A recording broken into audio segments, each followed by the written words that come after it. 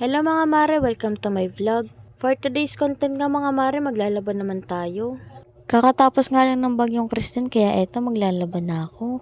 Wala pa nga rin kuryente mga mare, kaya eto kusot-kusot na nga lang ako ng damit. Kung kailan nga ako maraming lalabahan na timingan namang walang kuryente. Grabe, ang lakas ng bagyong Christine. Yung mga puno nga dito mga mare, nagsitumbahan na. Pero buti na lang yung mga yero namin hindi nagsiliparan. At fast forward nga mga mare, eto kinaumagahan na to. Hindi ko na nga tinapos mga mare yung labahin ko kagabi kasi sobrang ang dilim. Buti na lang may kapitbahay kami na mayroong kuryente na. Kaya ayun, nakiusap kami kung pwedeng makisalpak muna. Sobrang bait nga ni Kuya Pilo. Maraming salamat po Kuya Pilo. Malaking tulong nga mga mare yung pagsalpak namin ng kuryente doon. Kasi mga mare, sobrang daming lamok dito sa amin. Makikita nyo naman yan mga mare.